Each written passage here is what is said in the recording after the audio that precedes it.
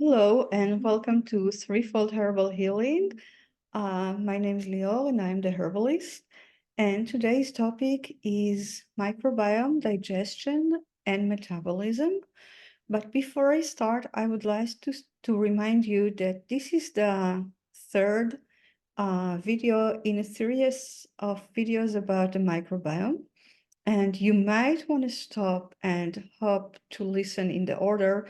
The first one is Microbiome 101. The second is Microbiome and the Immune System. And this is the third one, Microbiome, Digestion, and Metabolism. But you can also watch this video by itself. So microbiome, digestion, and metabolism. The process of digestion is actually a very complicated process that entails breaking down of the food, releasing the nutrients from the food, absorbing those nutrients, and then using them to create energy. And it's really labor intense. So having the microbiome to lend us a hand is a huge help. So let's see how it happens. The digestive system is a long tunnel that begins in your mouth and ends in your bum. And the mouth is the gatekeeper for the entire system. There are thousands of bacteria that live in your mouth and play an essential role in teeth and gum health. Your mouth microbiome compete with harmful bacteria over resources, food, or even a place to land, like real estate in your mouth. And the mouth bacteria actually keep them in check, in small numbers, secluded. Studies show that imbalances in mouse microbiome usually caused either by diet high in simple carbs and sugar or by mouse breathing can cause gum inflammation and tooth decay. And inflammatory messenger that are created in the mouse can trickle down into your digestive system and start a systemic inflammatory reaction that can turn into something like autoimmune disease like rheumatic arthritis, inflammatory bowel disease, and even cardiovascular system was associated with inflammation in the gums. So brushing and flossing every day, dental hygiene is very important. But at the same time, when you consider your mouthwash, you might want to consider using something less brutal or aggressive as an antibacterial because you don't want to wipe out all your beneficial bacteria in your mouth. Our next stop in the journey of the digestive system is your stomach. The stomach is hot as hell. The normal pH in the stomach is 1.5 to 3.5, which makes it not a very welcoming environment for critters or any living being. And that plays a huge role in preventing bacteria that comes in your food to go down into your gut. That's prevent you getting a stomach flu with every meal you ingest. But we know about at least one strain of bacteria that can live in the acidic environment of the stomach, and this is H. pylori. I know that H. pylori got a really bad PR, and a lot of people are going through all kinds of protocol to eradicate H. pylori, but research found that H. pylori in the right amount, in the right context, is actually beneficial for you. H. pylori was found to increase the numbers of T regulatory cells. T regulatory cells are a type of white immune cell that actually calm down inflammation, so close down inflammatory conditions. And it's important because when you have more T regulatory cells, you reduce the chances of allergies, asthma, and irritable bowel syndrome. And if you don't have enough H. pylori, you don't have enough T regulatory cells. So guess what? More asthma and more allergies. And it's spring now here in New Hampshire, and it's like high allergies season, so figure it out. H. pylori was also found to regulate ghrelin. Ghrelin is the hormone that makes you feel like you're hungry, like you want to eat. It's produced in the stomach, and it's regulated by H. pylori. Another hormone that is regulated by H. pylori is leptin. Leptin is the satiation hormone. It's the hormone that tells you that you ate enough and you can shut your mouth, basically. Leptin is produced in fat tissue in your body.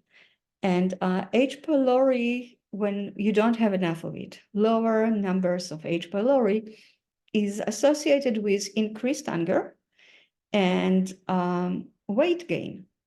So I always tell my clients that are looking to lose weight that losing weight just by your willpower is almost, you can't really do it because you're fighting against the power of nature, like your body, because you're fighting against your microbes, basically. That's one of the mechanisms. So it's better to understand what drives your weight gain in order to fix it. And microbiome are one of the reasons that drive weight gain in the body. I can just say that we know that people with obesity have different weight gain than people without obesity. And we do know that if you do fecal transplant of a person who is very thin, if you take his fecal and transplant it in a person that is very heavy, you help them lose weight. Your gut is the soil of your garden. So the next stop is the small intestine. And that's where the majority of food is broken down and the nutrients are released and absorbed in the blood. So in this place, you really don't want to have too many critters. You don't want to have as many critters as, for instance, you have in your colon, because you don't want those sneaky things stealing the nutrients for you. You don't want to compete with the bacteria over the nutrients for your food. So you want smaller amount of bacteria. But still, even with that, you want enough bacteria to help you do what you want to do, break down the food, release the nutrient, and absorb them. So here are a couple of things that the microbiome is doing in your small intestines. The microbiome manages bile production. Bile production happens in the liver, but it's regulated by microbiome, and bile is important for fat digestion. Microbiome also regulate your energy intake from the gut, so it's prevent weight gain. That again. It also modulate glucose metabolism and release your chances of getting type 2 diabetes. And it communicates with the cell of the gut to regulate gut immune system reaction. We talked about that in the video last week. Dysbiosis is the condition where the microbiome is regulated. Dysbiosis is not so much about good bacteria and bad bacteria. It's all mostly about ecology and how different strains in different amount communicate with each other and work together. I will give an example about this strain of bacteria called ARC something, very long Latin name, that promote mucus production in your gut, which is very good for you because they like to eat mucus. So they convince you to make more mucus so they can eat some. Usually, they are about 5% of the ecology in your gut, in your small intestines. But if you don't eat enough fiber or you don't eat enough resistant starch, other type of bacteria that can't eat your mucus are going to be starved to death. And then there is more place in the gut. And this ARC type of bacteria that eat mucus will proliferate. So instead of 5%, they will be 10%, and then 20%, and then 30%. And the more they proliferate, the more mucus they are eating, because there is nothing else to eat in your gut. There is no fiber, there is no resistant starch. And then they are doing damage, because with no mucus, there is inflammation in your gut. So you want all the strains to be balanced in the right amount, so they support each other and not compete with each other over resources. The most common type of dysbiosis in the small intestine is SIBO, or small intestinal bacterial overgrowth. And this is when, instead of having a small amount of bacteria in the small intestines that can support your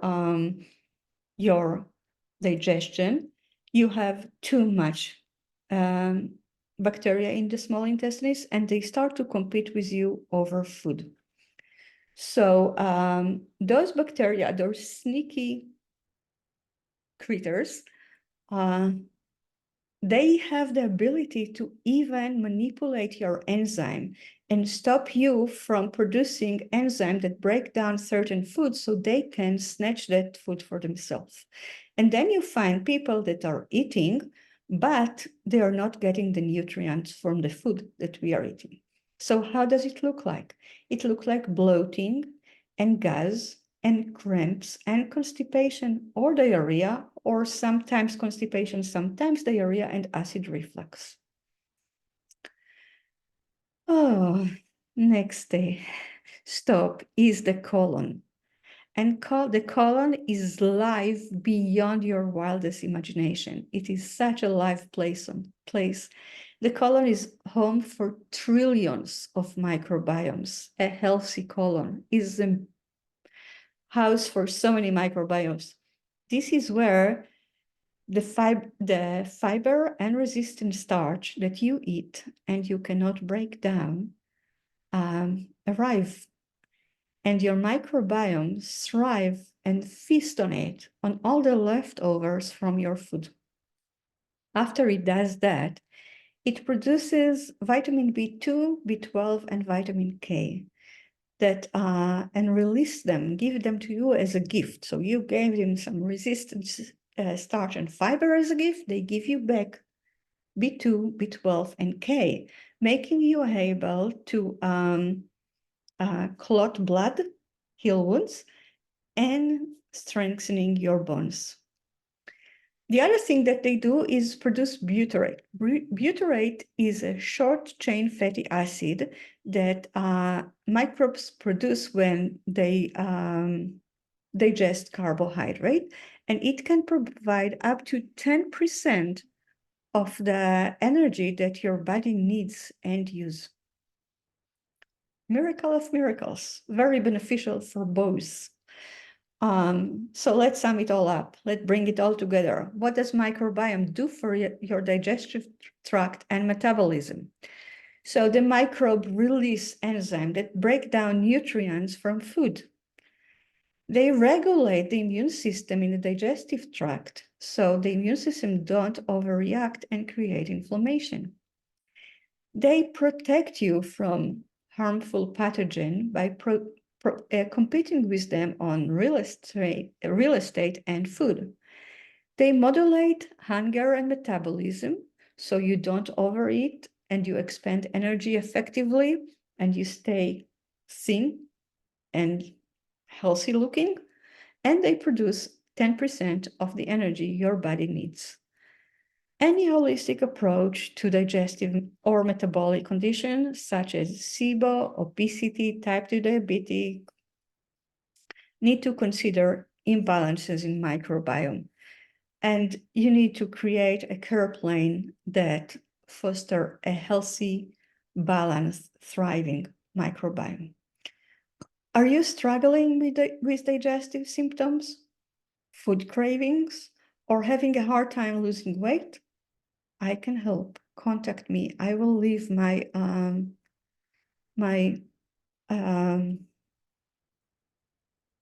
contact in the comments. Take care of your microbiome because they are taking good care of you. Take good care. Bye.